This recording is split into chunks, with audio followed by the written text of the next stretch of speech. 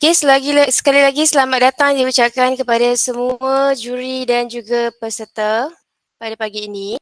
Okay, jadi kita akan memulakanlah sesi kita pada pagi ini untuk Hari Inovasi Kolej Matrikulasi Johor pada tahun 2023.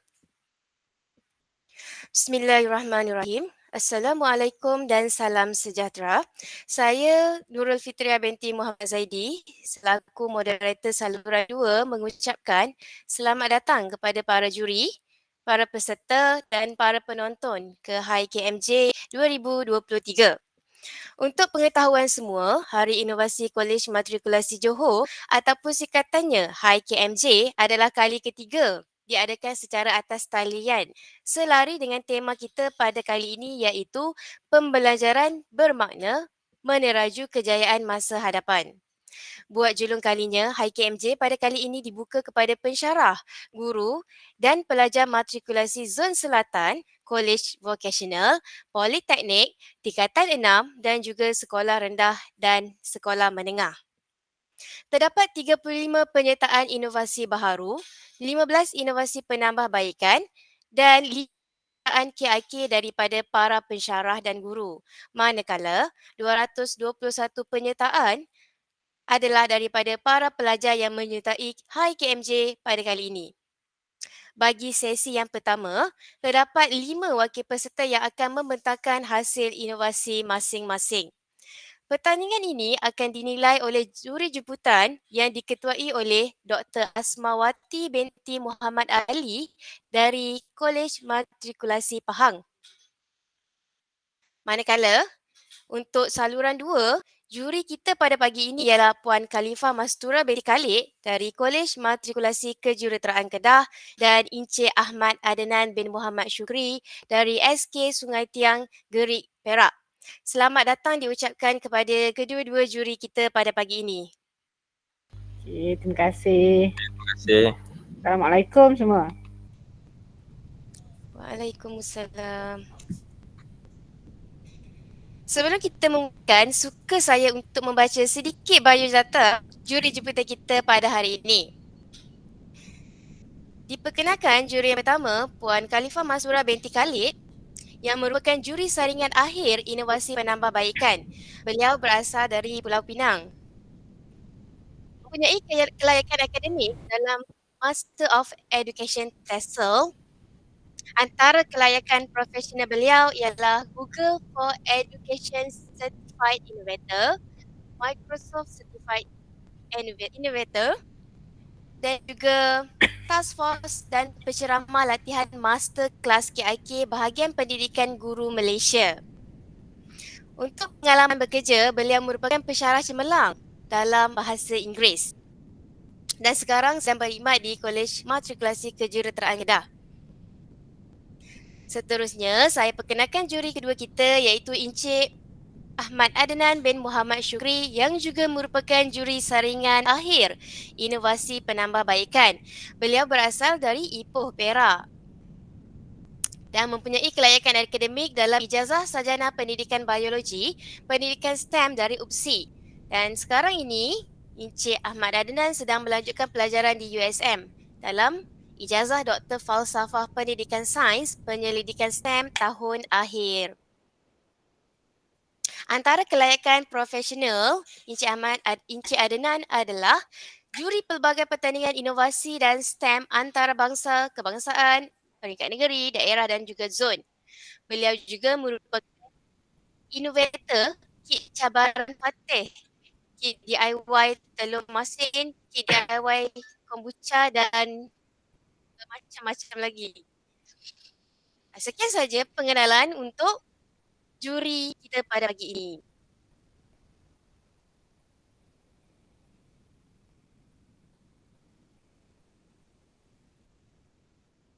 Hadirin sekalian, tanpa membuang masa, saya mulakan sesi pembentangan pertama yang diketuai oleh Nur Aisyah Azrin binti AB Rahim dengan tajuk inovasinya iaitu Molygram Hologram Kit. Dipersilakan.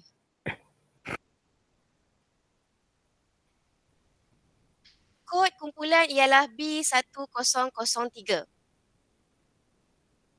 Dipersilakan.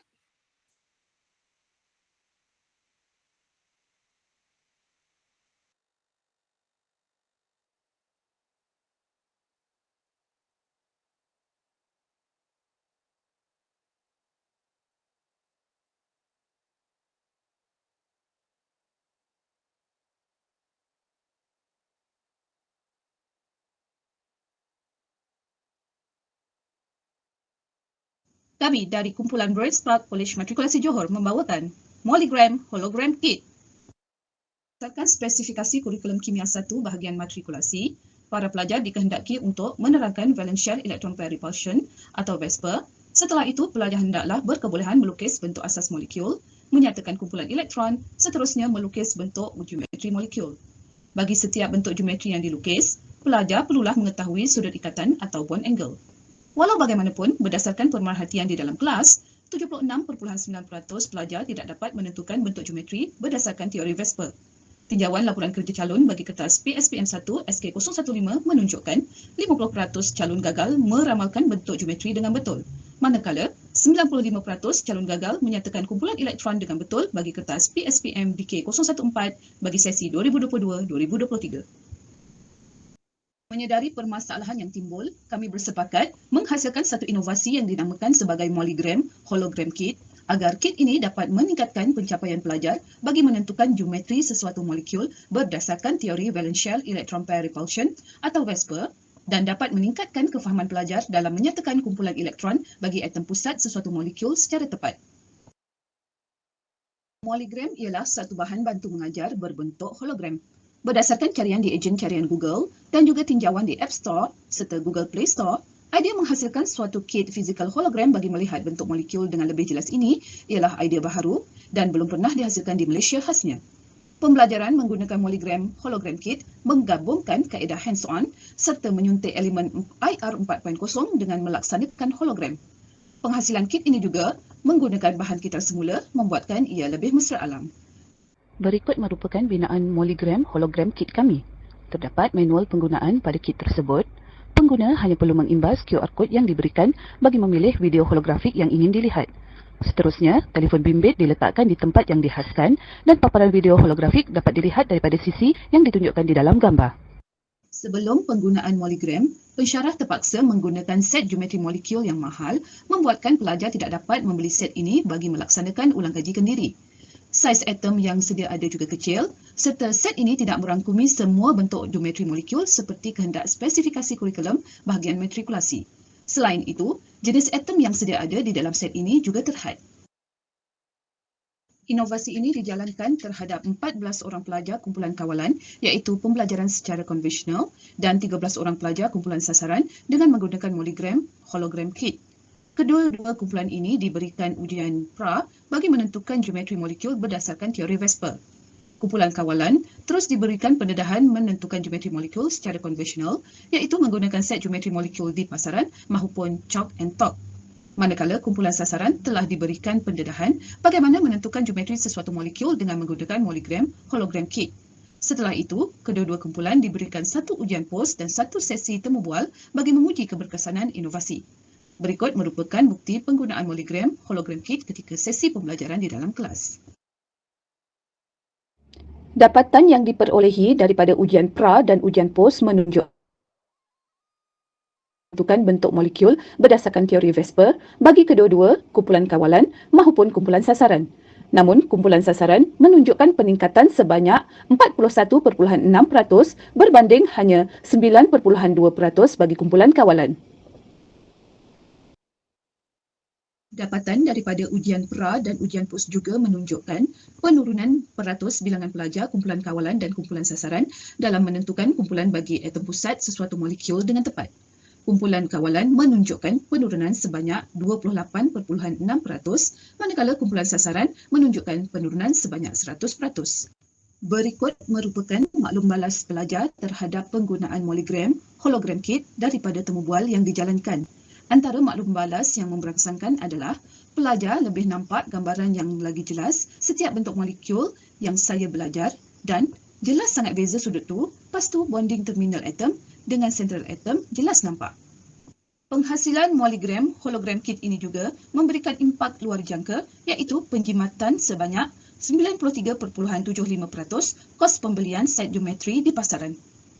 Selain itu, impak luar jangka yang dikenal pasti adalah kumpulan sasaran dapat menjimatkan masa menjawab soal sebanyak 61% berbanding hanya 11% bagi kumpulan kawalan. Selain itu, hasil daripada soal selidik maklum balas kepuasan pelanggan didapati. Saya suka menggunakan Mollygram Hologram Kit ini kerana ia memudahkan saya melukis geometri molekul 3 dimensi dengan betul. Dapatan ini menunjukkan min tertinggi iaitu 4.48. Inovasi yang kami hasilkan sangat praktikal dan tinggi kebolehgunaannya. Ia berdasarkan ianya mampu milik oleh pelajar dan pensyarah, video holografik mudah diakses oleh semua jenis telefon pintar hanya dengan mengimbas QR code yang terdapat pada kit tersebut, kemudahan ruang video holografik yang direka untuk kesesuaian semua jenis telefon pintar. Kit ini boleh digunakan di mana-mana sahaja dan pada bila-bila masa dan akhir sekali, ianya ringan dan mudah alih. Mollygram Hologram Kit ini telah mendapat hak cipta daripada MyIPO. Selain itu, ianya juga telah dibentangkan di perkongsian idea inovasi di seminar antarabangsa teknologi dalam pendidikan kimia. Keseragaman penggunaan kit ini telah dilakukan di unit kimia Kolej Matrikulasi Johor. Ia mendapat maklum balas yang positif daripada pensyarah SME unit kimia iaitu Cik Salwana Mat Ali. Beliau berpendapat kit ini sangat bagus dalam memperkenalkan bentuk molekul kepada pelajar kerana ianya real 3 dimensi dan dapat memberikan gambaran yang jelas tentang sudut ikatan sesuatu molekul. Replikasi juga telah dilakukan di unit biologi serta unit sains komputer Kolej Matrikulasi Johor. Berikut merupakan maklum balas yang diterima.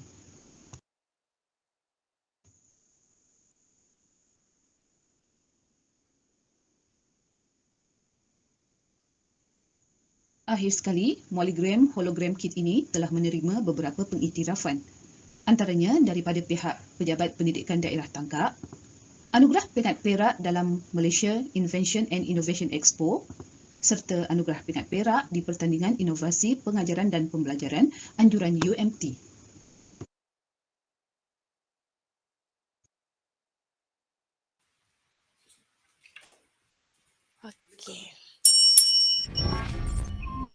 Okey, baiklah. Terima kasih diucapkan kepada Puan Raisha Azrin binti Abi Rahim di atas pembentangan sebentar tadi.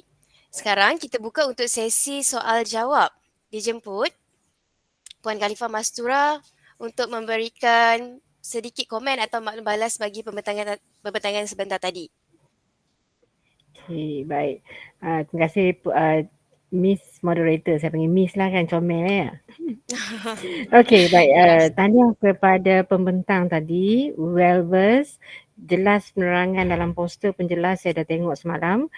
Pembuktian data pun sangat jelas. Congratulations, well done. Right? Okay, baik. Kemudian peningkatan pun nampak sangat banyak, sangat obvious dan impak dia. Cumanya saya nak tanya satu. Untuk grup kawalan, berapa lama sesi uji cuba dijalankan? Sebelum betul-betul dia orang mahir menggunakan kit hologram ni. Okey, Kerana kumpulan kawalan dan juga kumpulan sasaran adalah daripada Kumpulan kelas sasaran, saya. sorry. Kumpulan sasaran adalah daripada kelas saya dan kawalan pun adalah daripada kelas saya lah. Jadi saya telah memperkenalkan kit ni selama 3 jam masa tutorial. Mengikut sesi course outline yang disediakan lah. 3 jam waktu tutorial untuk saya mendedahkan bagaimana penggunaan dia serta memberi peluang kepada mereka untuk hands on sendirilah penggunaan hologram kit. Okay. So 3 jam untuk sesi perkenalan dan juga mereka menggunakan sendiri. Mhm. Selepas itu baru saya memberi ujian post pada mereka. That's quite fast. Bagi saya lah, kan, bagi saya quite fast. Tapi kalau dah boleh nampak impak dia yang sangat jelas, cukup bagus lah tu. Ya, Alhamdulillah. cukup bagus. Tapi kalau boleh tu saya rasa lebih baiklah diberi lagi penekanan, kemudian dia orang kena buat latihan lagi sebelum kita buat post test. Kerana puan, masa yang diperuntukkan untuk tajuk ni adalah 1 jam saja. Jadi saya ekstrakan lagi 2 jam pada mereka. Kalau mengikut silibus yang diberikan lah. Kerana topik ni, chapter 4 ni dia ada sampai 4.5. Yang ini adalah 4.2. Jadi kita mengikut silibus yang sedia ada tu. Tapi saya melebihkan lagi 2 jam sebenarnya. Jadi sedikit pandangan ni puan bila kita nak menggunakan inovasi, mungkin Cik Adnan ada point yang tersendiri, tapi bagi saya bila kita nak mengenalkan sesuatu inovasi yang baru, kita boleh buat di luar waktu PDP.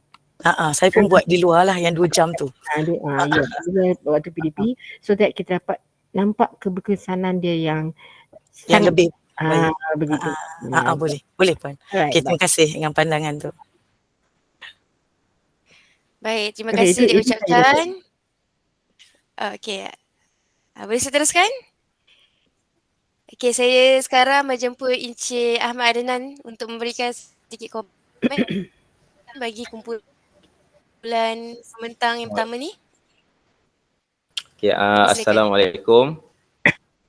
Waalaikumsalam warahmatullahi wabarakatuh. Okay, saya setuju dengan Puan Khalifah.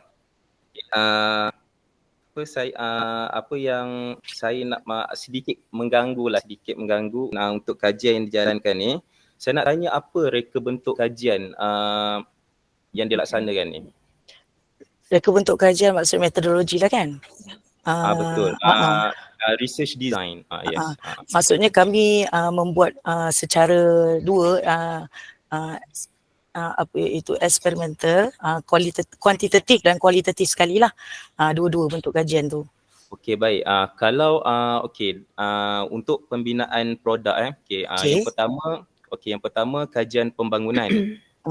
So saya nampaklah dari segi macam mana flow produk ni dibangunkan. Sama ada kita menggunakan model AD, kita model CAM ke dan sebagainya lah. So kita apply yang tu. Dan yang kedua, bila mana ada kumpulan rawatan dan kumpulan kawalan, ini menunjukkan sama ada kajian ni true experimental ataupun quasi experimental.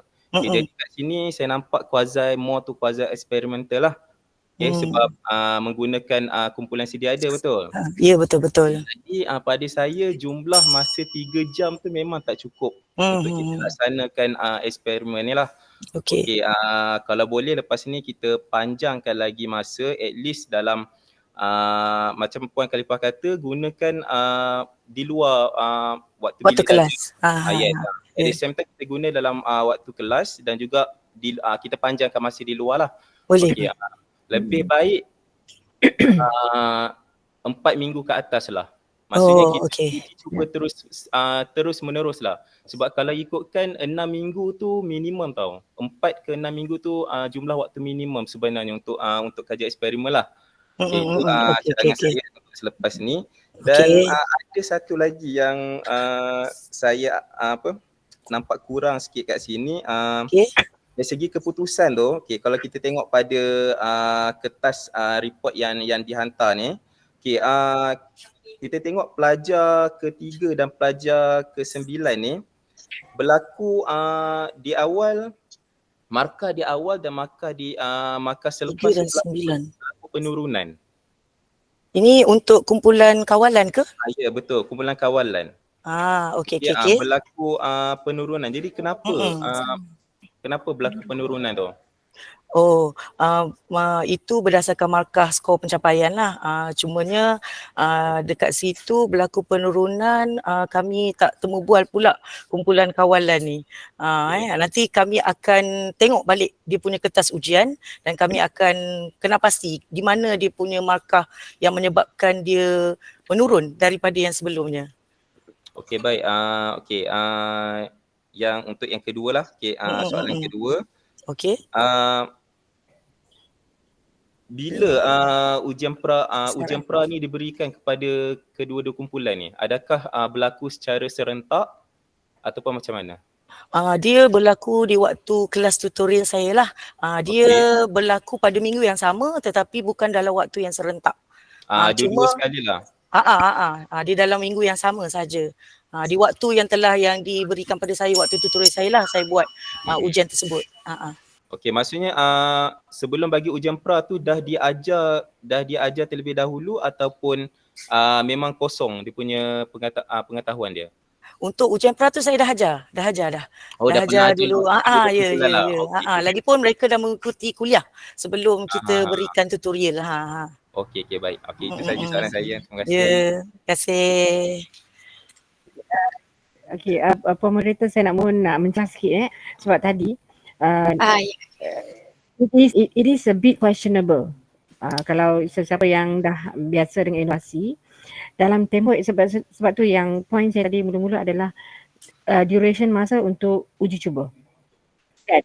Sangat questionable, dan bila kita buat pembentangan secara live ataupun face to face pun itu yang akan ditekankan. Dalam masa 2 jam you dah boleh dapat impak tu. Dari impak tu ya, kalau tengok dalam laporan ya nampak impak tu sangat-sangat. Betul. Kan? Tapi it is big question dalam masa 2 jam you boleh dapat impak yang sebegini.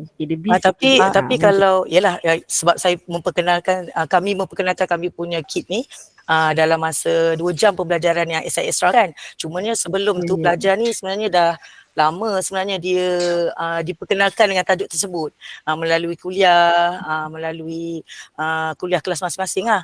Jadinya cuma saya sebelum tu saya cerita dulu secara ulangan daripada kuliah, kemudian saya perkenalkan dalam masa 3 jam dan saya buat ujian selepas itu. Cuma saya akan ambil itu sebagai satu cadangan kerana design kami ni adalah eksperimental. Ya. Terima kasih. Sebab nanti orang akan query dari segi reliability data tu. Okey. Saya faham. Terima kasih. Congratulations. Okay, tahniah. Baiklah.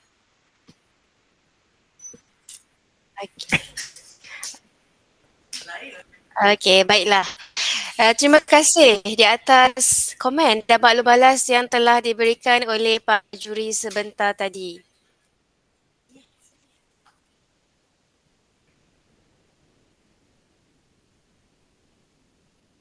Sekarang kita berehat sebentar untuk persediaan bagi pembentangan dari kumpulan yang kedua. Kumpulan yang kedua diminta bersedia.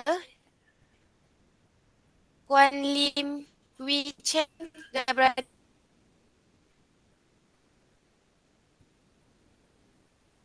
Talian?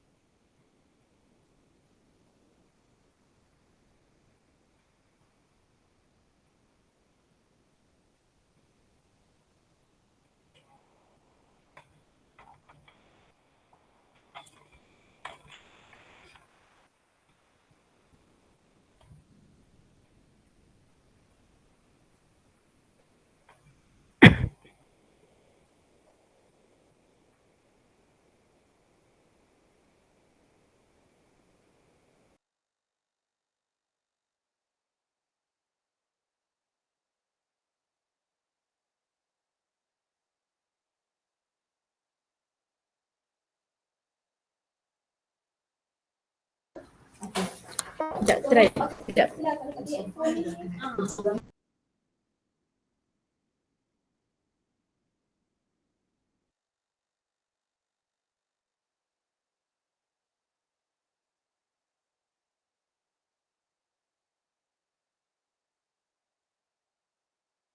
Okay, Assalamualaikum. Boleh dengar tak suara kita orang? Boleh dengar ke? Ya, waalaikumsalam. Boleh? Boleh. Jelas. Sekejap, suara Fifi tak dengar tak? Okey, sekejap. Boleh Okey, dengar kan boleh. suara kita? Boleh? Okey. Okey, diminta kumpulan yang kedua bersedia ya. Kita akan mulakan dalam masa 3 atau 4 minit sebentar lagi.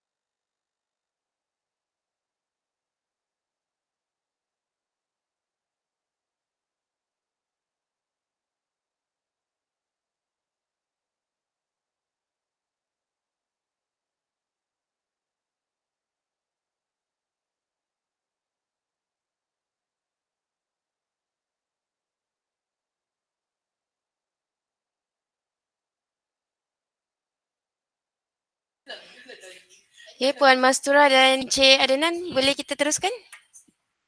Okey, boleh. Boleh, silakan. Kita tunggu je. Okey. Alright, okey. Tanpa membuang masa, saya memulakan sesi pembentangan yang kedua dengan menjemput kumpulan B1005 yang diketuai oleh Puan Lim Wei Cheng dengan tajuk inovasi yang bertajuk e-Maths Core. Dipersilakan.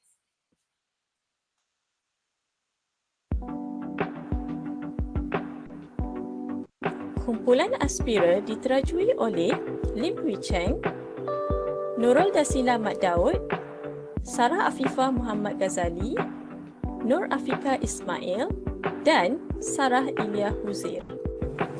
Apa itu e-Maths Core?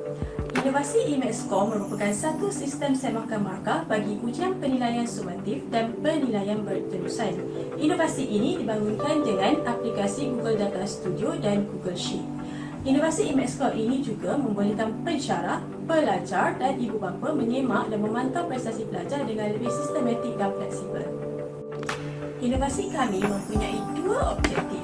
Yang pertama, meringankan beban pensyarah dalam menguruskan dan menyampaikan markah ujian penilaian sumatif dan penilaian berterusan kepada pelajar. Yang kedua, meningkatkan imej kolej dalam menggunakan sistem pengurusan markah ujian penilaian sumatif dan penilaian berterusan secara atas talian yang lebih cekap dan sistematik. Kumpulan kami telah membuat refleksi mengenai pengurusan markah ujian penilaian sumatif dan penilaian berterusan. Dan hasil tinjauan masalah ini dapat dilihat dari 3 perspektif, iaitu pihak pengurusan, tiada sistem pengurusan markah ujian penilaian sumatif dan penilaian berterusan atas talian yang sistematik dan fleksibel. Menguruskan dan memberikan markah ujian penilaian sumatif dan penilaian berterusan kepada pelajar secara individu. Dan hasil temu bual dengan pelajar mendapati pelajar perlu menunggu dalam tempoh masa yang lama untuk mendapatkan markah. Masalah dan isu ini berlaku saban tahun. Situasinya boleh kita lihat seperti dalam video berikut, di mana situasi yang pertama, pensyarah tidak terlayan pelajar-pelajar ini apabila mereka datang beramai-ramai untuk menyemak markah. Dan situasi kedua, pelajar perlu menunggu masa yang lama untuk mendapatkan markah daripada pensyarah. Bagi mengatasi masalah ini, kumpulan kami berinisiatif untuk membangunkan satu sistem pengurusan markah pelajar secara atas talian yang lebih sistematik dan fleksibel. Kami mengadaptasi daripada sistem sebarkan keputusan peperiksaan semester program matrikulasi secara atas talian. Seterusnya, kami mengubah suai dengan menggunakan aplikasi Google Data Studio dan Google Sheet. Maka terhasillah sistem e-Maths Score. Projek inovasi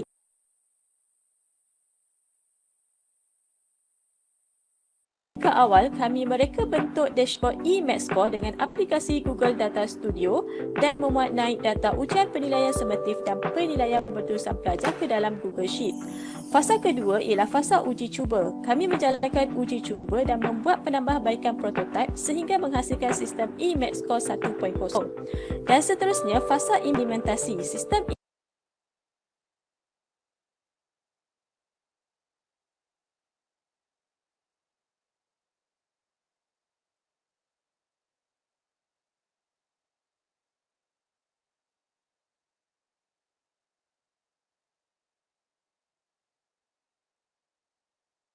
e-Maths Score mula digunakan Maaf. di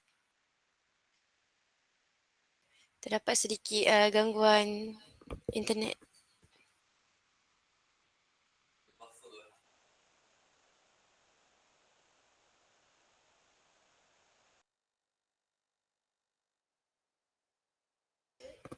Okey, kita terberhenti seketika ya. Terdapat masalah internet.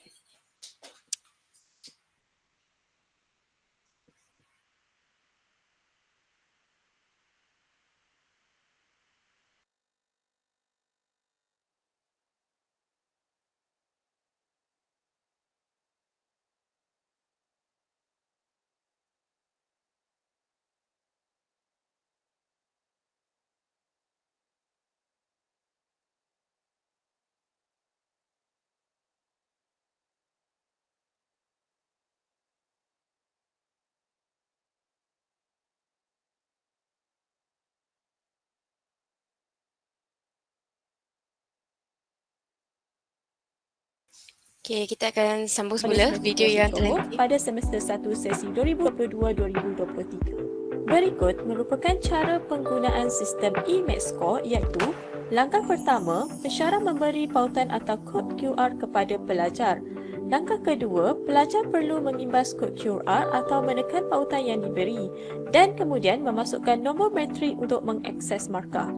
Dan akhir sekali, semua markah ujian penilaian summatif dan penilaian berterusan akan terpapar. Setelah sistem e-Maths Score 1.0 dilaksanakan, kumpulan inovasi kami telah melakukan refleksi dan membuat penambahbaikan. Penambahbaikan yang pertama ialah pada keselamatan data. Kami telah mengadakan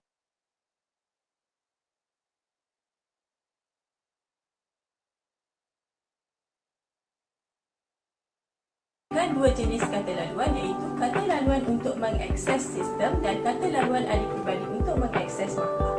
Kami juga telah menambah baik maklumat analisis keseluruhan supaya paparan e-Maths Score 2.0 menjadi lebih menarik, fleksibel dan selamat. Oleh itu, penambahbaikan terhadap sistem ini dinamakan sebagai e-Maths Score 2.0. Sistem ini telah diimplementasi pada semester 2, sesi 2022-2023 kepada semua pelajar sistem 2 semester SDS dan sistem 4 semester SES. Langkah penggunaannya adalah seperti berikut.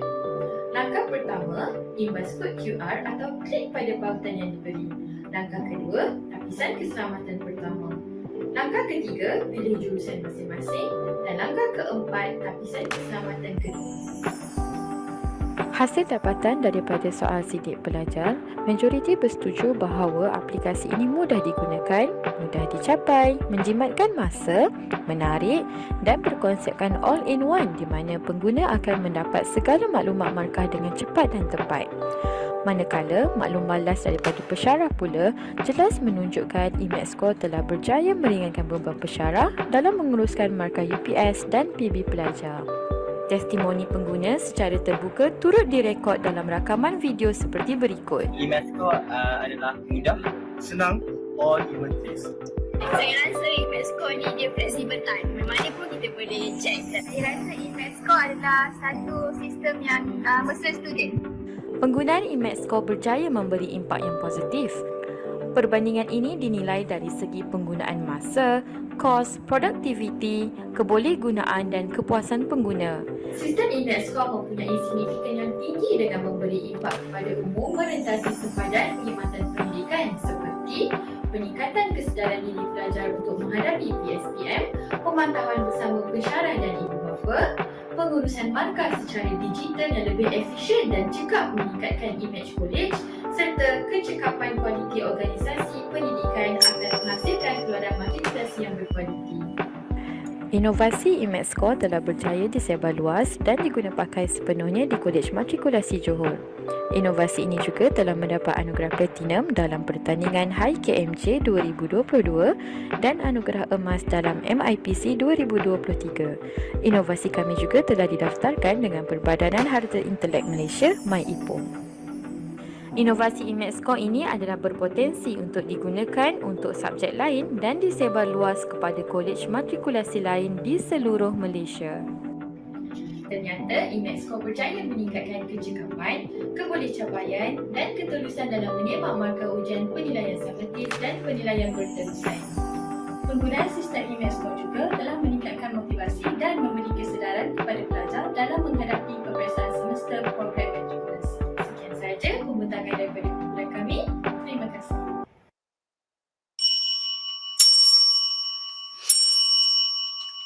Baiklah. Terima kasih diucapkan kepada kumpulan B1005 dengan tajuk inovasi e-maths score sebentar tadi. Amat menarik ya tajuk inovasi beliau. Okey, seterusnya saya teruskan dengan menjemput juri kita untuk memberikan sedikit komen atau membalas sedikit perbincangan tadi. Dipersilakan. Okay, Cik Adnan boleh mula dulu kot. Okey, silakan Cik Adnan. Okey, baik. Saya nak tanya, okey. Bila dah menang emas di MIPC 2023 dan platinum di 2022 ni satu orang kata satu kejayaan yang puncak lah. Yang puncak untuk image score ni. Jadi apa pengubahsuaian besar yang dibuat untuk masuk ke pertandingan ni? Sebenarnya yang kita pertandingkan dalam MIPC itu adalah versi 1. Kemudian penambahbaikan yang kami lakukan pada High KMJ kali ini adalah image score version yang kedua, di mana kalau kita tuan-puan tengok daripada video pembentangan kami tadi, ada penambahbaikan daripada sudut keselamatan. So kalau sebelum ni image score yang pertama tu cuma ada satu sahaja, tapisan keselamatan, dan kali yang image score yang version kedua ni kita lebih restrictkan lagi lah dia punya penggunaan sistem tu, di mana pelajar akan ada 2 kali tapisan keselamatan sebelum mereka dapat paparan markah UPS dan markah PB mereka.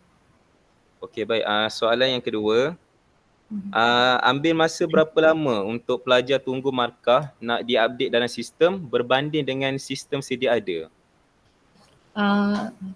Kalau sistem sedia ada, markah tu memang dah ada, cuma pelajar perlu rujuk kepada pensyarah dan perlu tunggu giliran masing-masing untuk dapat markah. Tapi kalau bila dah ada sistem ini, pelajar boleh terus je check melalui sistem ni markah dia orang. So tak perlu tunggu masa yang lama lah.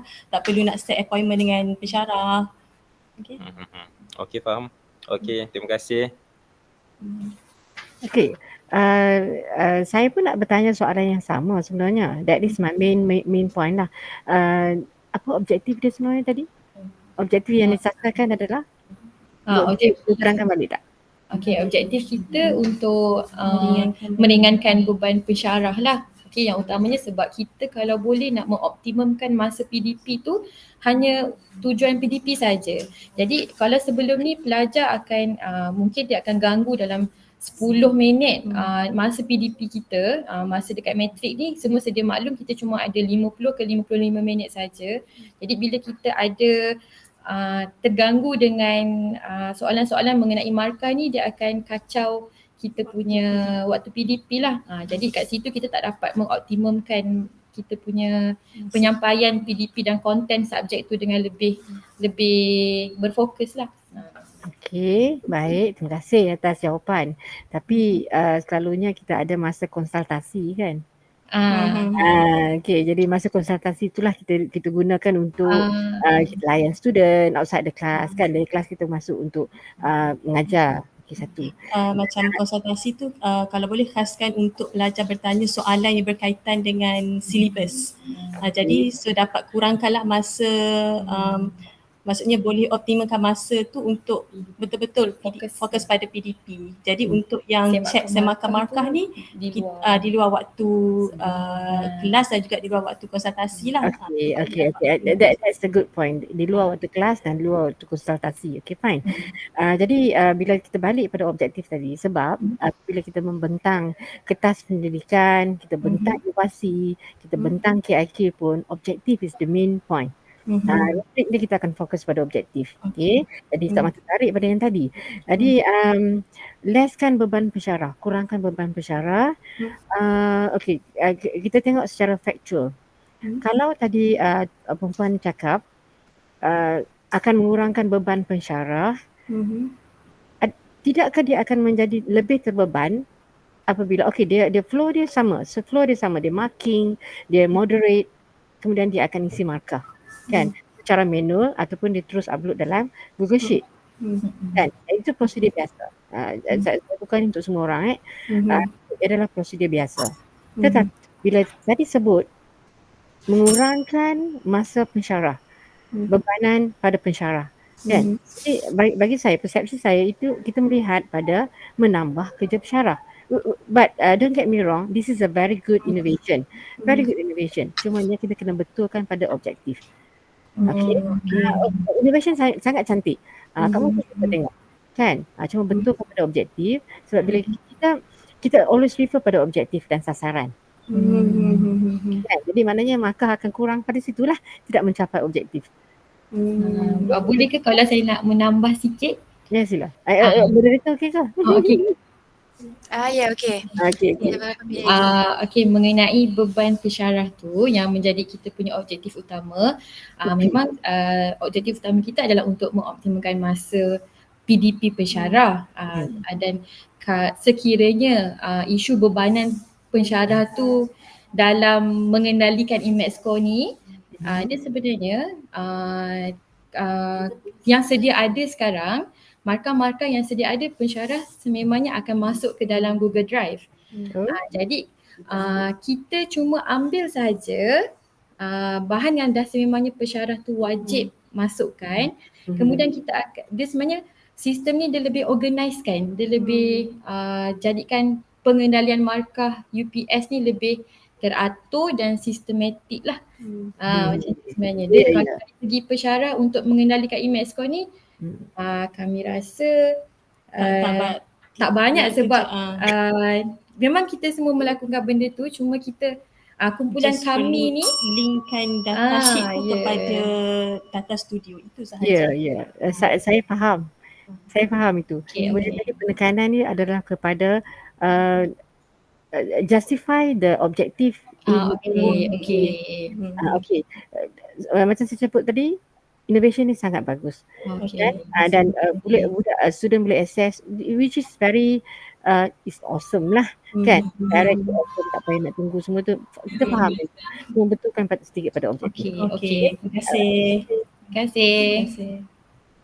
Baiklah, terima kasih atas komen dan maklum balas yang telah diberikan oleh para juri sebentar tadi. Diharap pihak kumpulan pembentang dapat mengambil serba sedikit info dan dapat menambah baikkanlah pembentangan inovasi masing-masing. Okey, seterusnya kita akan berehat sebentar. Tapi sebelum tu saya nak tanyalah Encik Muzaffar bin Hamzah. Ada berada di talian ke? Kod kumpulan B1015. Okey, baru masuk. Okey, so kita berehat sebentar dan kita akan teruskan pembentangan yang ketiga pada jam 9.35 pagi. Kod kumpulan B1015.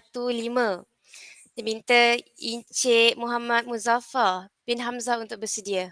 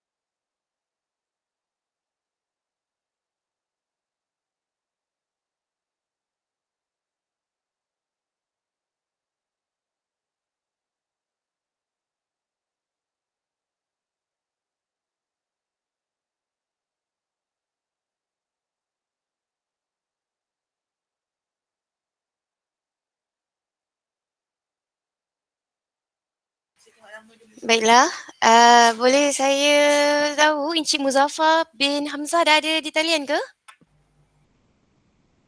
Dari kumpulan e-board. Learning Management. Ya, ada. Assalamualaikum. Selamat pagi. Salam. Selamat pagi. Okey. Dah bersedia ya? Ya, boleh. Sudah. Okey, boleh.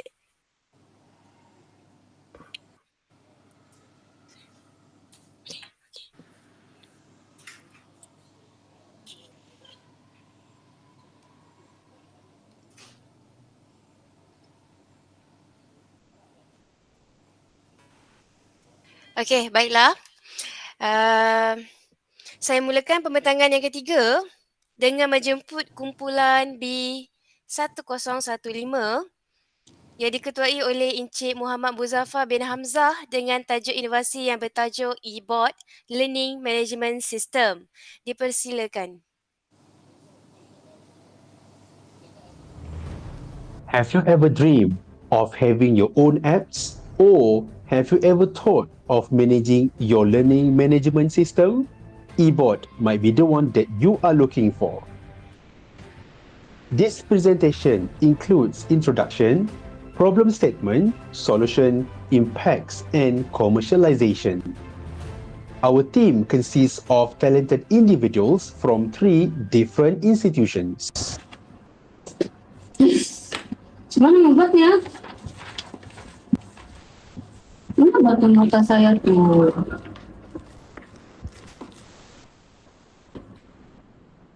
Kenapa kau stres?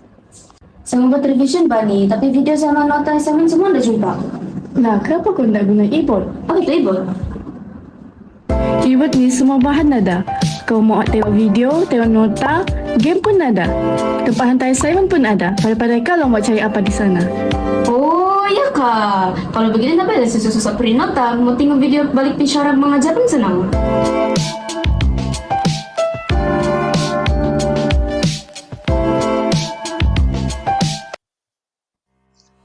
As for introduction, eBoard is actually a learning management system that contains all necessary material for teaching and learning. Various features available via eBoard, including notes and tutorials, videos, absent consultation, to-do list, games, submission, feedback, experience others, and inspirational videos. A method known as a learning package were used before eBoard was invented. Unfortunately, students had difficulties in accessing the learning materials as they need to refer more than one app such as YouTube, Telegram, and Google Classroom.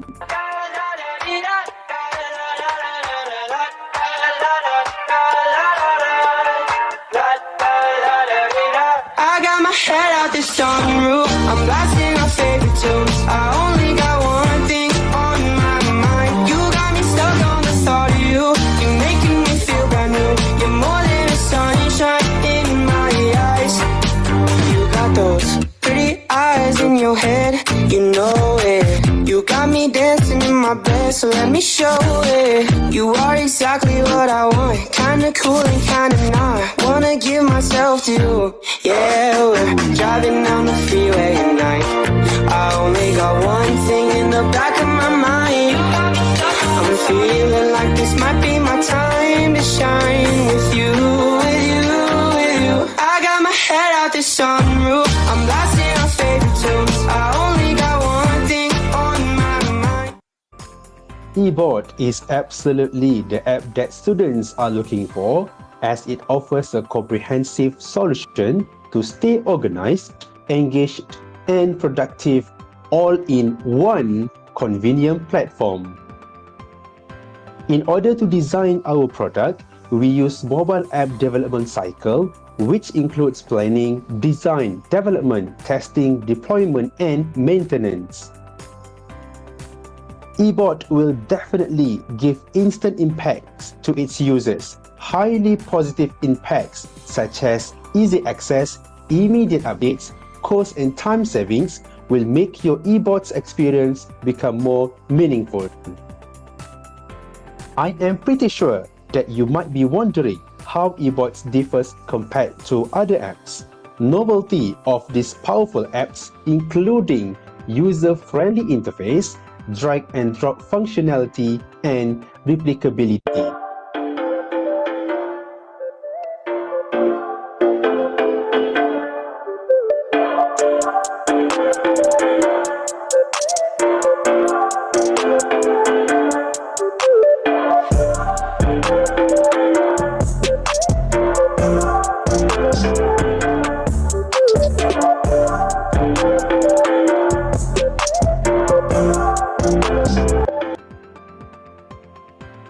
As an added value, eBoard has been granted a patent from my IPO.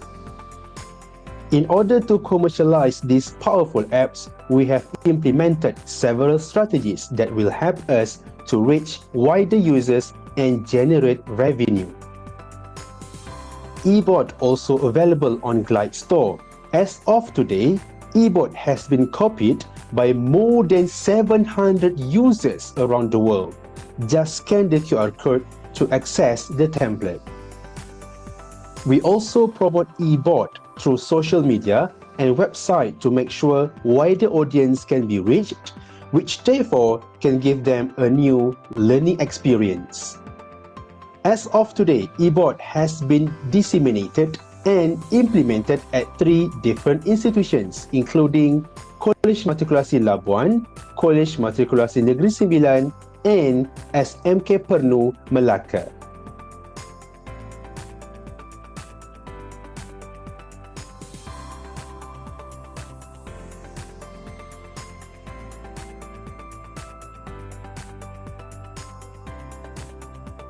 eBoard telah menjimatkan masa saya untuk mencari nota-nota.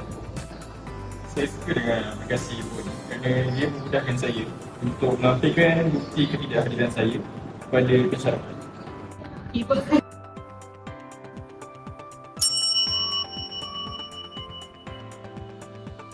Based on the satisfaction survey and feedback form, eBoard is doing extremely well. More than 96% users were satisfied with the available features and functionality. Among the elements that make eBoard distinguished compared to other apps are fun, interactive, and personalized layout. eBoard have received awards and recognition from various innovation competitions. eBoard is the exact app that you are looking for as it offers you with a unique and valuable learning experience. Feel free to scan the QR code and download this powerful app. Trust me, you won't be disappointed.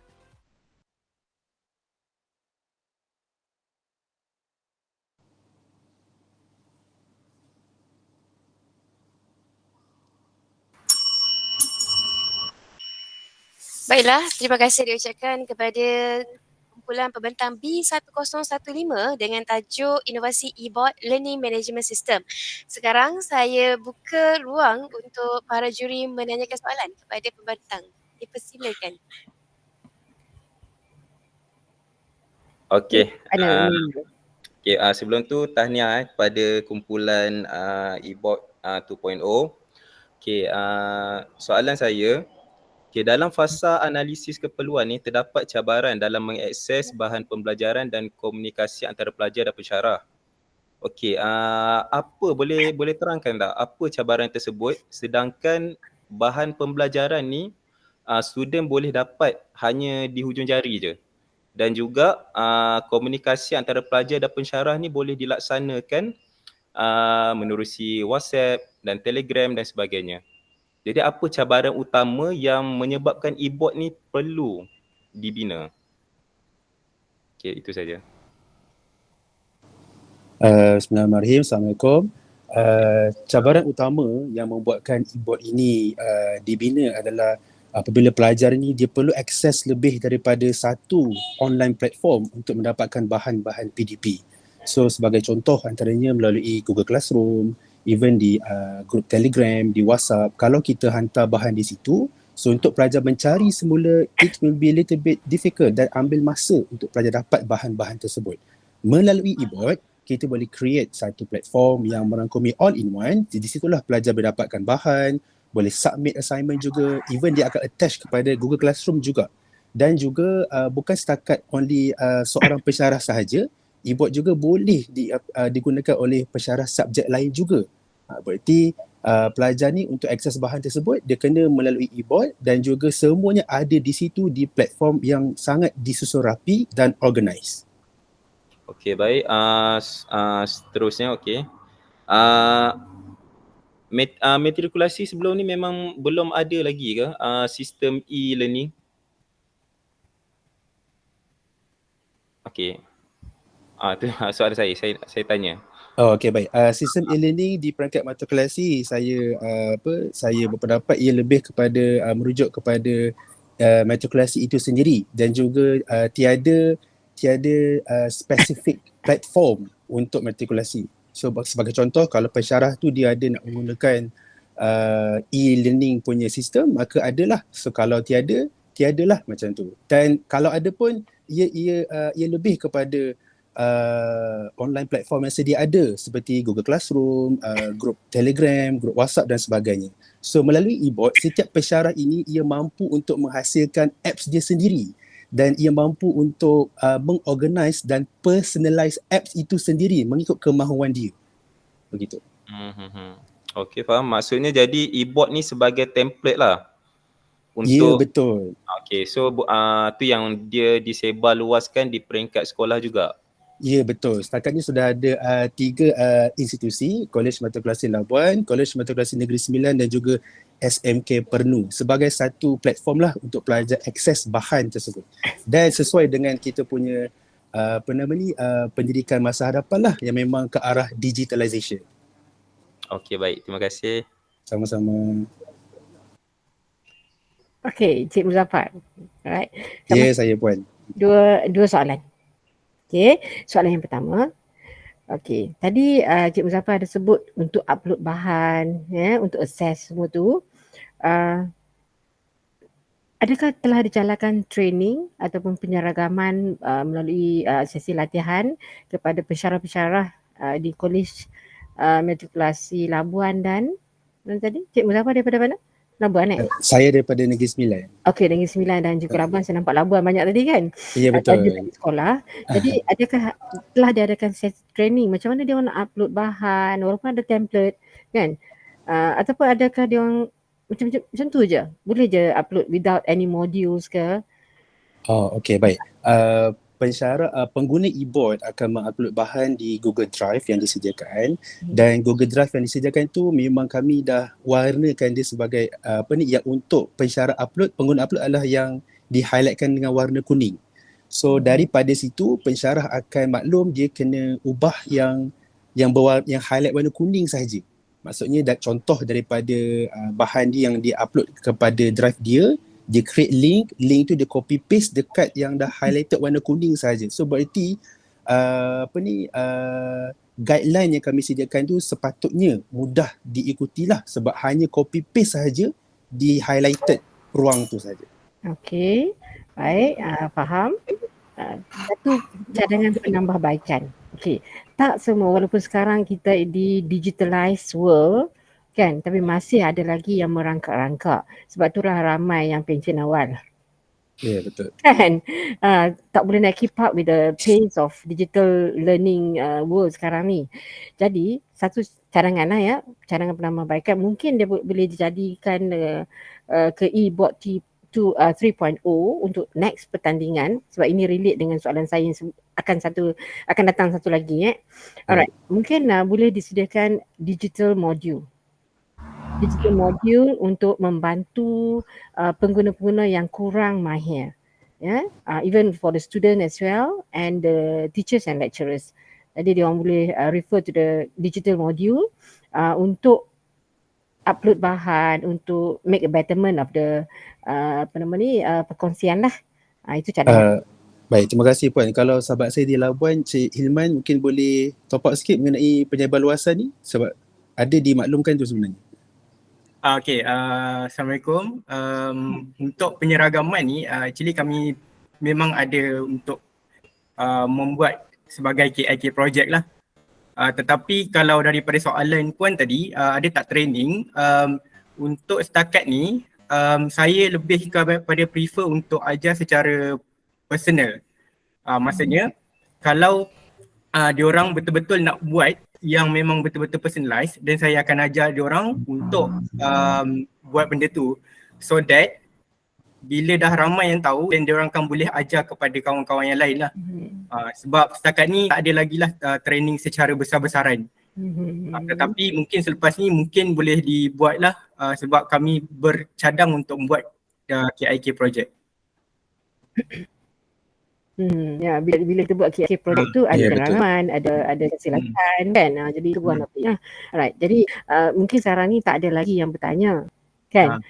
Mungkin ada sedikit personal yang need personal training. Tapi nanti kalau dah ramai, mungkin tuan-tuan tak mampu nak melayan. Yeah. Betul tak? It makes sense, isn't it? Yeah, it makes sense. Nak layan. Jadi the best thing is to have something to assist you, which for me, digital module is the best thing. You can always spread it. Okay. Kemudian lagi satu lagi. Bolehkah Cik Moderator? Kata-kata terakhir. Okay, soalan satu lagi soalan. Alright. Based on the question just now, ini adalah e-board 2.0 LMS. Okay. So eBot 2.1. Jadi tuan-tuan dah masuk pertandingan, berbagai pertandingan kita lihat tadi kan. Jadi apa perbezaan dia, apa perubahan yang telah dilakukan untuk menjadikan sehingga sampai ke eBot 2.0? Tuan-tuan. Okay, untuk eBot 1.0 is actually very very simple lah. Kalau kita tengok features pun ada lebih kurang 4 ataupun 5 sahaja. And masa tu pun saya sahaja yang saya dengan Muzaffar sahaja yang buat. And then untuk 2.0 kami ambil lagi lah ramai kumpulan untuk kita tengok apa yang boleh kita buat penambahbaikan.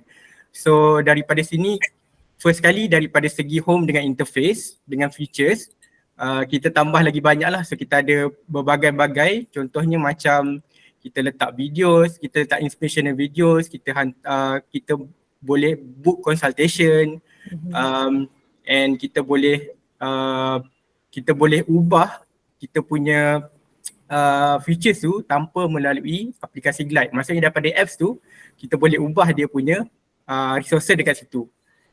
And kami juga letak link untuk menggabungkan beberapa eBot yang telah dilakukan oleh beberapa pensyarah.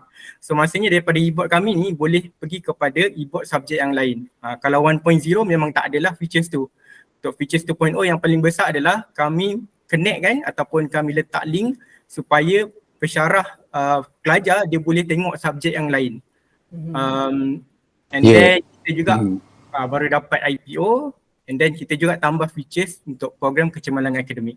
Okay, sebab ini tak dinyatakan dalam poster. Betul tak? Kan saya tak nampak.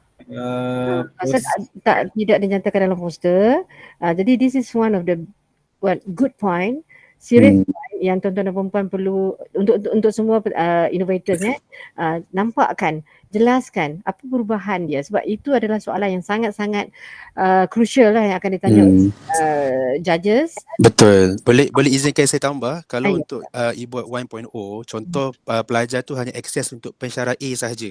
Tapi bila eBot 2.0, pelajar boleh tekan link untuk pergi ke pensyarah B pula. Maksudnya contoh pensyarah A tu matematik and then pergi ke pensyarah sains komputer misalnya. So dari situ saja di hujung jari saja boleh dapat bahan-bahan pensyarah subjek lain pula. Itu yang is the biggest kita buat penambahbaikan lah. Which is very good and you guys have left it out. Kan? Terima kasih, Puan. Good, sebab nanti you nak masuk pertandingan lagi, kan? So please make sure that you have that lah. The differences from 1.0, 2.0, maybe 3.0 yang tu kena jelaskan. Okay? Congratulations. Okay, baik. Well Terima done. kasih, Puan. Terima kasih, Encik. Terima kasih. Assalamualaikum. Terima kasih. Okey, baiklah. Terima kasih atas komen dan balas yang telah diberikan oleh para juri sebentar tadi. Diharapkan kumpulan eBot Learning Management System dapat mengambil sedikit info yang berguna bagi tujuan penambahbaikan. Seterusnya, kita akan mempersilakan kumpulan B101 yang diketuai oleh Nurliza binti Adnan. Dah berada di atas talian ke?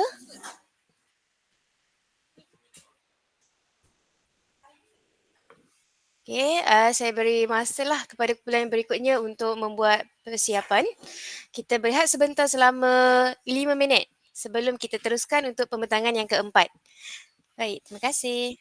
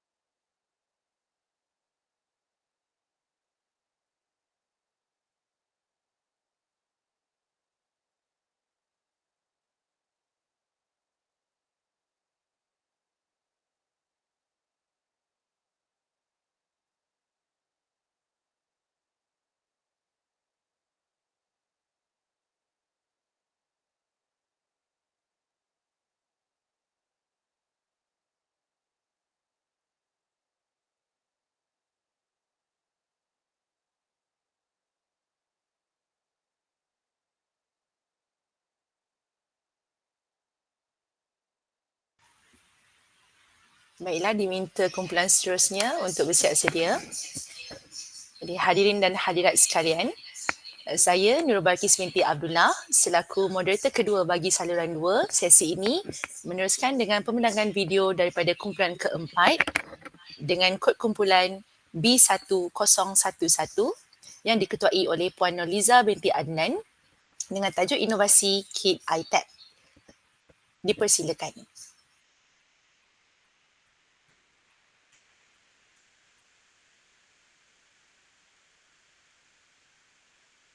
Inovasi kit iTab untuk kamiran gantian. Mari kita saksikan.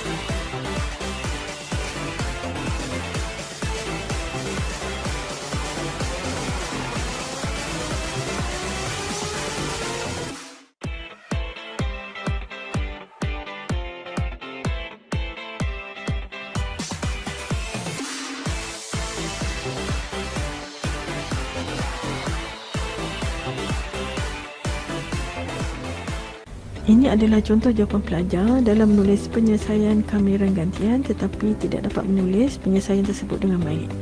Jadi saya akan tunjukkan bagaimana menggunakan teknik iTab untuk membantu menyelesaikan kamiran gantian ini.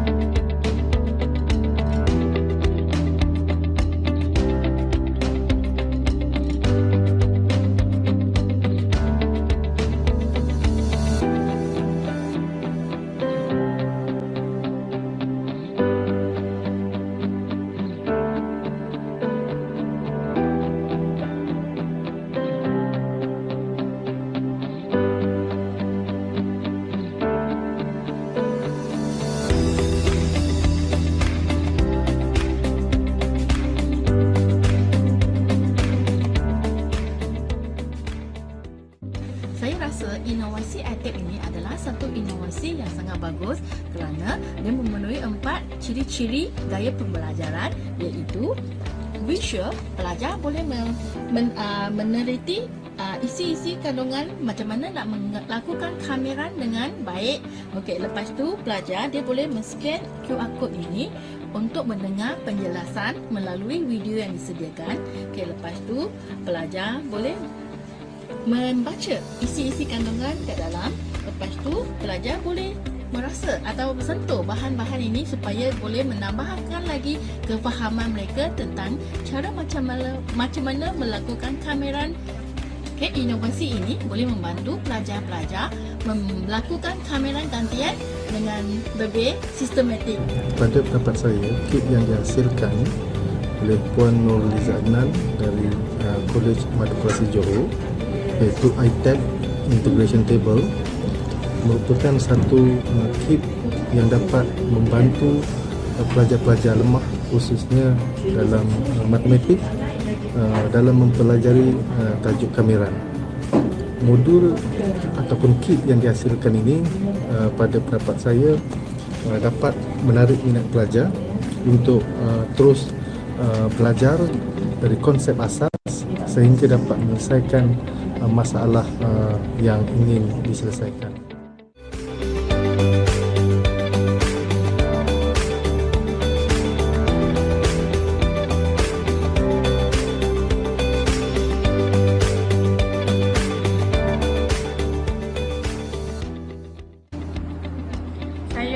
iTab Integration Table ni sangat membantu saya sebab dia membantu saya menulis jalan kerja bagi integration iaitu substitution method atau nama lain dia kaedah gantian. Macam kita tahu iTab ni sangat mudah untuk memberi penerangan dibandingkan dengan cara lama. Cara lama saya selalu stuck untuk convertkan dia pergi UDU form. Wow, dah cantik kan buku ni? Cantik. By the way kan kalau integration table tu pun kita dah faham, sedangkan kit yang madam ni buat lagi kita faham. Tengoklah ni, dia punya penerangan serius, memang senang nak faham. Betul lah. Kan? So, memang terbaik kit ni. Betul? Okay. Ya, ada QR code lah. Boleh scan ke sini. Kat sini banyak jadi video. Jangan lupa scan.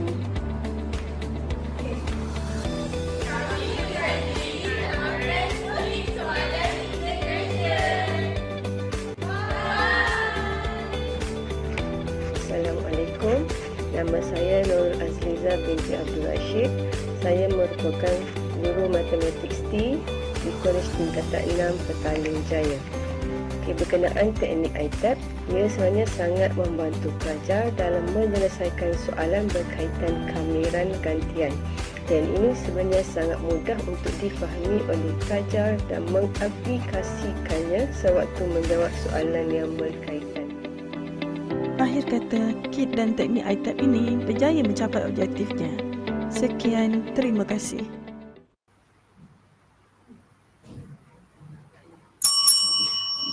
Terima kasih kepada kumpulan pembentang dari kumpulan Puan Nurliza binti Adnan. Baiklah, kita buka sekarang untuk sesi soal jawab bersama para juri. Dipersilakan Cik Adnan dan juga Puan Mastura. Okey, Assalamualaikum. Tahniah, satu pembentangan yang baik dengan kertas kerja yang dihasilkan ni pun sangat baik juga pada saya. Okey, cuma satu je saya nak tanya. Pada Puan, apa beza kit dan modul? Okey. Untuk kit, sebenarnya kita fokus kepada isi macam ni kan kita buat iTab iTab tu adalah teknik. Jadi kita fokus terus kepada penggunaan iTab itu sendiri, tetapi kita add on dengan semua lain lah, bahan pengajaran yang lain macam video, contoh. Tetapi kalau modul saya rasa lebih kepada macam a set of nota, soalan, tapi mungkin dalam bentuk yang buku ataupun yang kertas lah. Okey, yang ini saya buat dalam bentuk kit sebab kita tujuannya nak mudah bawa, lepas tu dia punya presentable lah untuk student. Bila dia tengok tu kan, bila kita kata nak guna kit iTab. Kit tu kalau kita faham, kit tu mengandungi multiple sumber lah, source kan. Dia macam dalam tu ada video, dalam tu ada nota, dalam tu ada dalam bentuk gambar, dalam bentuk. Sebab tujuannya kita nak guna teknik iTab dalam bentuk sistem 4 kuadran. Jadi kit tu dia mengandungi, kita fokus pada benda tu sebagai main, yang lain tu support. Itu saya baik. Lebih memilih kit lah. Okey, terima kasih, tapi saya kurang bersetuju sebenarnya sebab saya kajian saya tentang pembinaan kit dan juga modul. Okay, jadi pada saya lebih baik puan jadikan ITAB ni sebagai modul ITAB, okay, dengan sebab dia lebih kepada bahan bercetak. Kalau kit kita ada manual, okay, ada bahan dan juga alat. Okay, manual yang utama, manual, bahan, alat dan juga di samping dia sama ada modul dan sebagainya lah. Tapi apa yang saya nampak ni, puan boleh jadikan dia sebagai modul dengan masukkan nota, video latihan yang macam puan cakap, ada QR code untuk video kan. Okay, jadi pada saya boleh ditukarkannya kepada modul ITAB lah. Okay, itu yang pertama. Dan yang kedua, dalam soal selidik tu, terdapat 3 orang tak pasti yang teknik ini dapat meningkatkan keyakinan. Okay, dan 2 orang tak pasti yang ITAB ni dapat menentukan fungsi U dengan cepat dan mampu membuat gantian dengan betul. Jadi apa tindakan puan terhadap kelima-lima orang ni tadi? Okey, untuk pelajar ini sebenarnya pelajar yang terlibat adalah dengan latar belakang ataupun kita panggil level kemahiran matematik dia berbeza tau. Jadi walaupun teknik ini sebenarnya membantu waktu memilih fungsi U yang betul, tapi akan ada pelajar yang dia bermasalah masa penentuan fungsi U kali pertama. Jadi mungkin yang pelajar ini adalah yang kategori ini. Yang kali pertama dia nak menentukan tu dia agak bermasalah. Tapi sebenarnya bila dia buat berulang kali sebenarnya dia dapat memilih dengan betul lah. Okey, mungkin, baik. Okey, baik. Terima kasih. Okey, satu lagi. Okey, satu lagi. Okey, saya tengok baguslah sebab ada ujian pos, okey. Satu post test yang pertama, post test yang kedua dan post test ketiga lah. Okay, kalau kedua dan ketiga ni kita berulang-ulang post ni kita panggil delay post test lah. Jadi berapa okay, untuk nak sahkan bahawa ni kajian ni satu kajian action research yang orang kata yang valid lah. Okay, berapa lama jarak masa antara ujian pos yang pertama, kedua dan ketiga?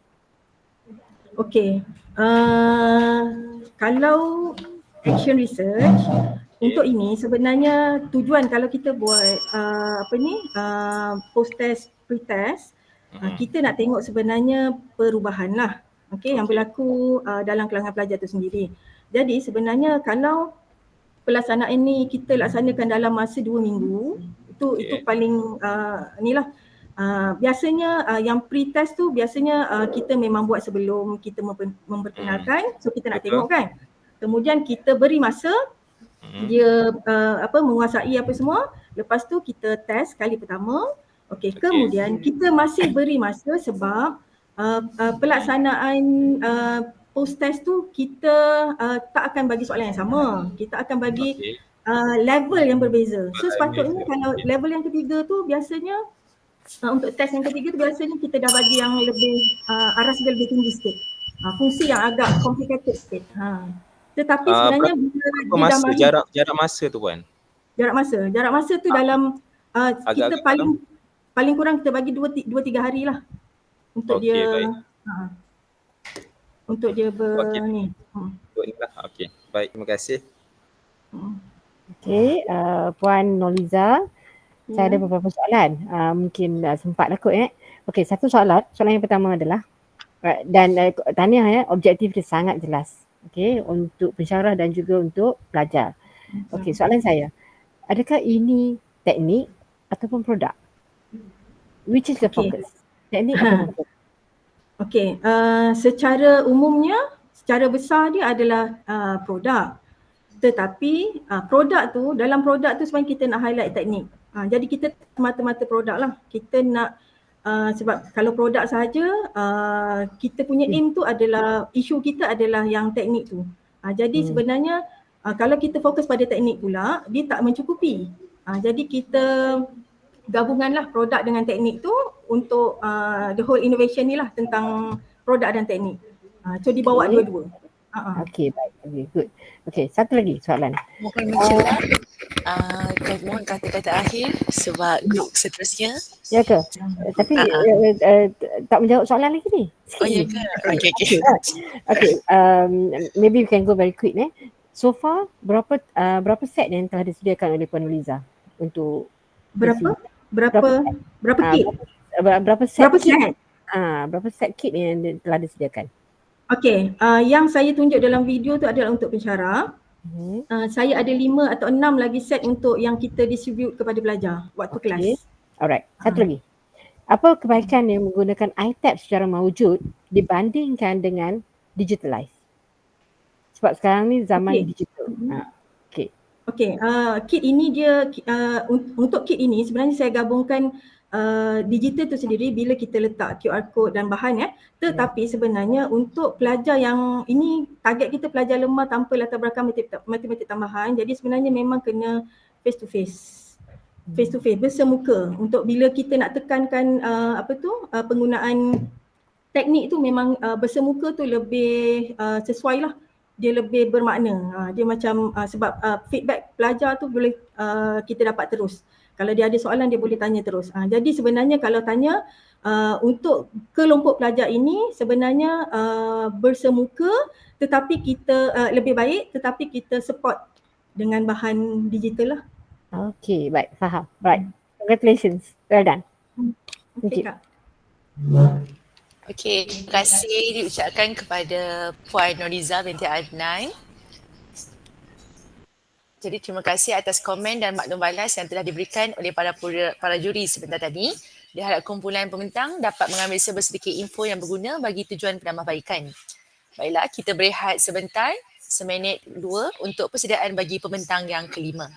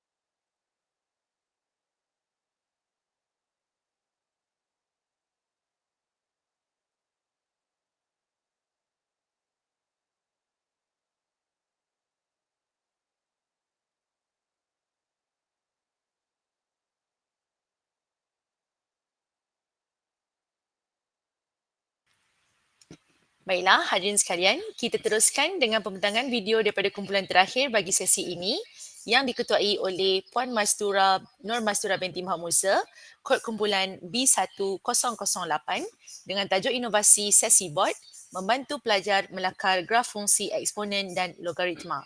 Dipersilakan. Assalamualaikum dan salam sejahtera. Saya Nur Mastura binti Muhammad Musa, pensyarah unit matematik dari Kolej Matrikulasi Johor, akan membentangkan inovasi saya yang bertajuk Sasi Bot, membantu pelajar melakar graf fungsi eksponen dan logaritma.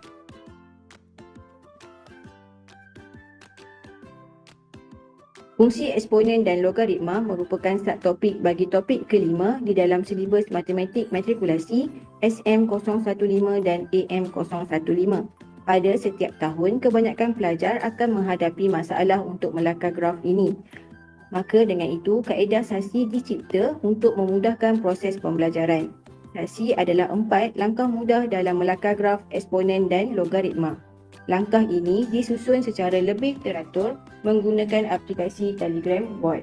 Sejajar dengan seruan transformasi sekolah 2025, konsep amalan PDP yang terbaik dan menyeronokkan adalah dengan mengintegrasikan pendigitalan pedagogi kerana abad ke-21 ini pembelajaran secara tradisional semakin lama semakin berangsur ke arah pembelajaran secara maya dan digital. Objektif inovasi ini adalah untuk meningkatkan kemahiran dan minat pelajar melakar graf fungsi eksponen dan logaritma serta untuk memudahkan pelajar mengakses langkah melakar graf dengan cepat dan lebih teratur di samping untuk menjadikan pembelajaran dan pengajaran lakaran graf ini lebih menarik. Aplikasi Telegram merupakan aplikasi yang sentiasa digunakan oleh pelajar pada masa kini. Justru itu, pelajar tiada masalah untuk mengakses aplikasi tersebut dengan lebih cepat dan mudah. Pelajar juga dapat berulang kali melihat dan memahami kaedah Sasi tersebut pada bila-bila masa dan di mana sahaja. Penggunaan Sasi Bot ini juga dapat dijadikan sebagai bahan bantu mengajar dan juga bahan ulang kaji kepada pelajar dalam persediaan menghadapi peperiksaan. Sebelum inovasi ini diperkenalkan, seramai 23 orang pelajar dipilih untuk melakar graf fungsi eksponen dan logaritma. Hasilnya sangat tidak memuaskan.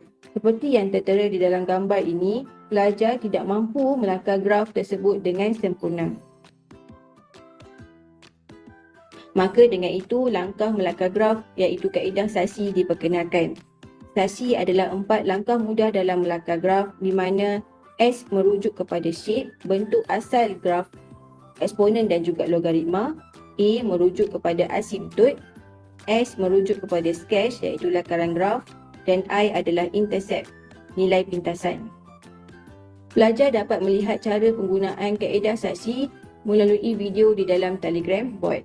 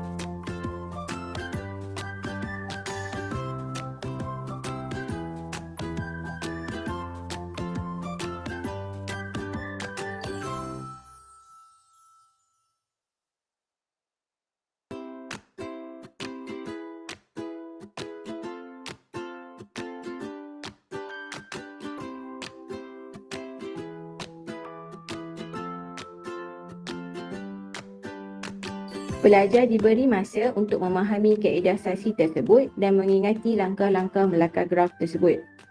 Kemudian, pelajar dikehendaki melakar semula fungsi eksponen dan logaritma dan hasilnya sangat memuaskan. Pelajar mampu melakar graf dengan lebih tepat dan sempurna.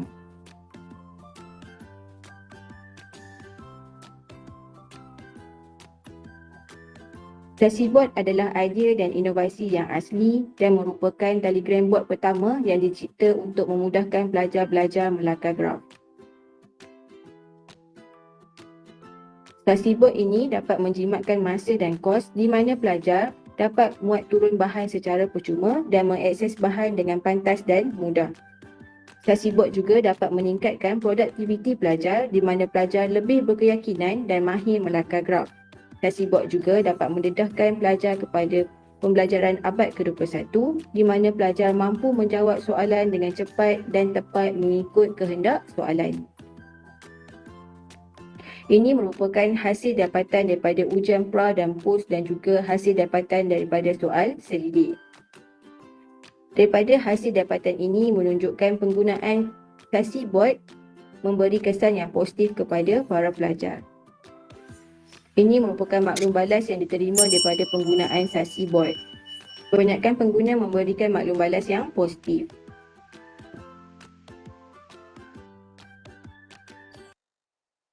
Penggunaan sesi bot ini boleh diperluaskan kepada pelajar kolej matrikulasi di seluruh Malaysia secara khususnya dan kepada semua pelajar yang mempelajari topik graf ini secara amnya. Kerana sesi bot ini mudah digunakan dengan hanya menyebarkannya melalui hantaran link dan imbasan QR code. Akhir sekali, diharapkan sesi bot ini dapat memberi manfaat kepada para pendidik dan juga para pelajar. Sekian daripada saya. Terima kasih. Assalamualaikum dan salam.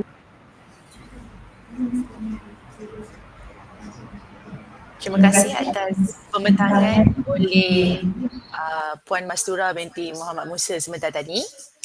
Baiklah, sekarang kita teruskan dengan sesi soal jawab bersama para juri. Dipersilakan.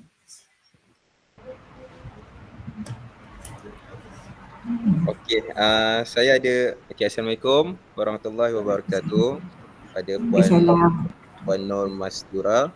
Okey, satu je soalan dari saya, iaitu apa perancangan Puan pada masa hadapan? Maksudnya untuk version sesi bot yang seterusnya. Itu je. Terima kasih. Buat masa ni saya belum ada rancangan apa-apa. Tapi kalau boleh saya nak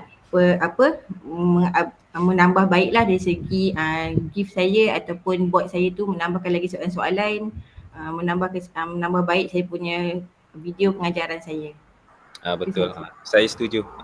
Tambah baik dari segi soalan lah, perbanyakkan lagi. Okey, itu saja dari saya. Terima kasih. Sama. Okay, right. Tahniah Puan Mastura, nama sama pula ya. Terima kasih. Okay, baik. Tahniah Okay, baik. Satu soalan saya tadi tentang, sebab saya notekan tadi, Puan ada sebut dalam video, pelajar diminta untuk mengingati langkah-langkah. Dia beri masa untuk mengingati langkah-langkah. Adakah maksud dia mereka kena hafal? Ke macam mana tu? Ya. Diorang perlu hafal sebab maksud sasi tu. Diorang tahu sebut perkataan sasi tapi saya nak diorang tahu apa S, apa A, apa S dan apa I. Supaya bila diorang sebut sasi, diorang tahu cara nak start buat dia.